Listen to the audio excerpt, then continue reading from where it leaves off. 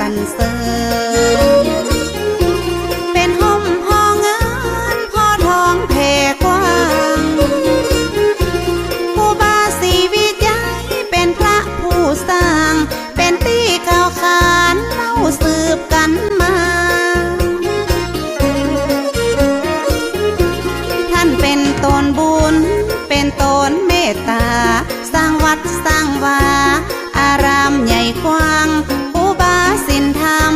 ประเสริฐเลิศล้ำแต่ก่อนบ้านเฮาปากันย่างเตียวตีมีกล้าฝุ่นกล้าดินตุกยากอยากกันตู้เย็นทีวี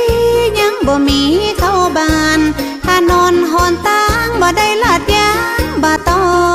ยดอยสุเทพลมพัดซอยซอยเป็นป่าเป็นดอยลัดตามห้อยห้อมหอยเป็นหมอกเป็นเม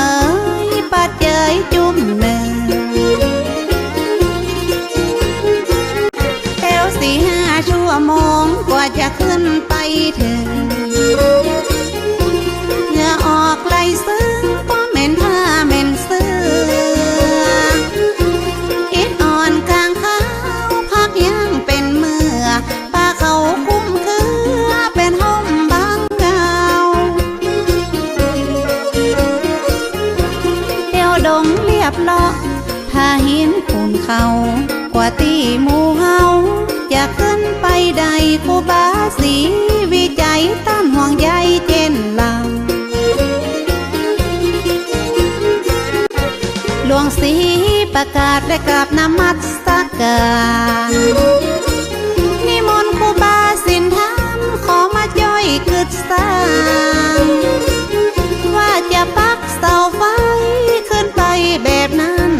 ครูบาศีลธรรมบ่ได้หับปากหับตา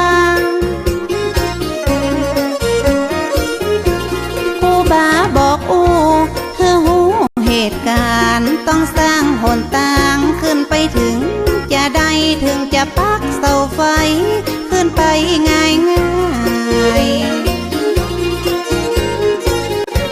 ครูบาสีวิจัยว่าจะสร้างถน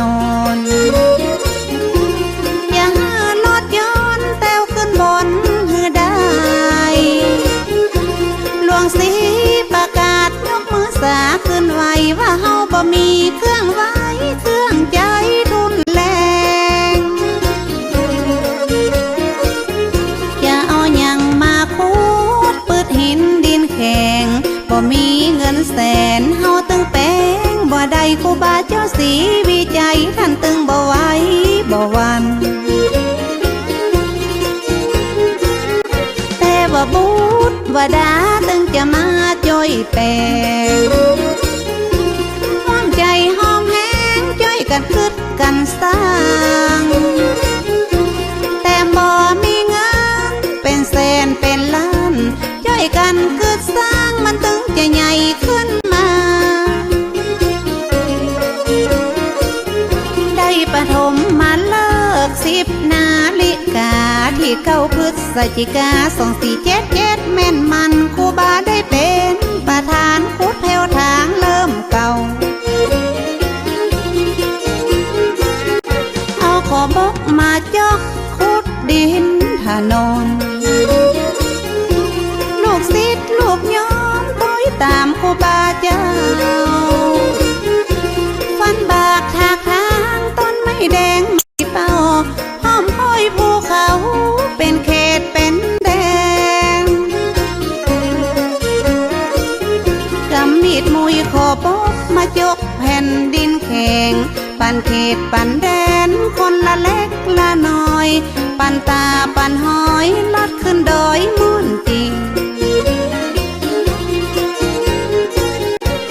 จ้อยกัน ทุทากบะหินบะพา